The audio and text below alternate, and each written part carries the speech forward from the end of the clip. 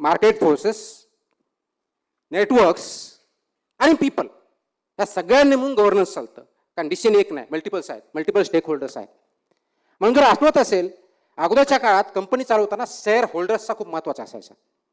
आता share holders महत्त्वाचे आहेत, पण त्यापेक्षा महत्त्वाचे स्टेक होल्डर्स हा झालेला आहे. म्हणजे फक्त ओनर्स जे आहेत ते महत्त्वाचे नाही, तर स्टेक होल्डर्स महत्त्वाचे आहेत, त्याच्यामध्ये त्यांचा कोणाचा सहभाग आहे. म्हणून गव्हर्नन्समध्ये सर्वात महत्त्वाचा स्टेक होल्डर जर कोण असेल ते नागरिक आहेत, समाज आहे.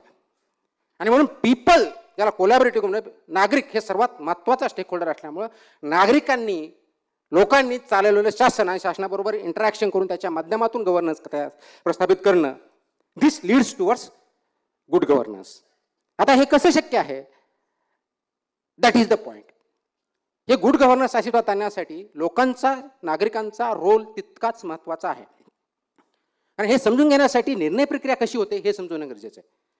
निर्णय प्रक्रिया अशी असते की एखादा निर्णय घ्यायचा झाल्यानंतर तो इश्यू अजेंड्यावरती आला पाहिजे. त्याला अजेंडा सेटिंग म्हणतात.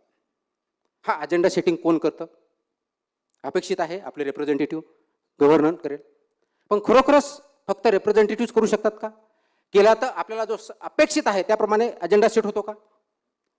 तो जो अजेंडा इश्यू आहे त्याचा ऑब्जेक्टिव्ह जो आहे तो खरोखरच नोबल किंवा गव्हर्नन्स इम्प्रूव्ह करण्याचा आहे का?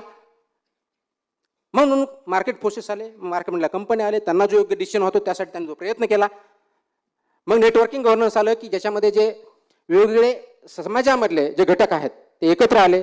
मग ते NGOच्या माध्यमातून असतील, सिटीजन फॉरमच्या माध्यमातून असतील, एकत्रित सोसायटी असतील, यांनी एखाद्या विषयावरती करायचं, त्यासाठी आम्हाला हा डिसिजन पाहिजे, त्यासाठी लॉबिंग करायचं, इन्फ्लुएन्स करायचं, डिसिजन घ्यायचा आणि इम्प्लिमेंट करून घ्यायचं. याच्यामध्ये लिमिटेशन एवढं आलं की पर्टिक्युलर ग्रुप्स, पर्टिक्युलर नागरिक, पर्टिक्युलर समाज किंवा एरिया याच्यावरती ज्या डिसिजन होऊ लागले, सर्वांना अपेक्षित असे डिसिजन होत नव्हते. आणि म्हणून पार्टिसिपेशन ऑफ पीपल हा सर्वात महत्त्वाचा मुद्दा आला. कारण अल्टिमेटली कोणतीही इन्स्टिट्यूट, आपण ज्यावेळेस गव्हर्नन्स म्हणतो ते कोणत्या तरी संस्थेच्या मार्फत, म्हणजे चीफ मिनिस्टर ही संस्था झाली, जिल्हाधिकारी ही संस्था झाली, पंतप्रधान ही संस्था झाली, इलेक्शन कमिशन ही संस्था झाली, RBI ही संस्था झाली.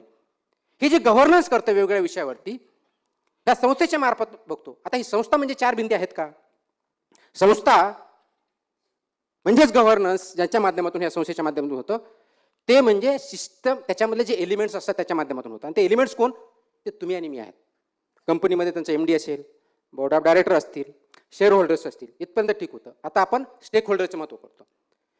म्हणून आता कंपन्या काम करताना सोशल रिस्पॉन्सिबिलिटीच्या माध्यमातून ESG गव्हर्नन्सकडे गेल्यात. एन्व्हायरमेंट सोशल गव्हर्नन्सची त्यांचा फोकस चालू आहे.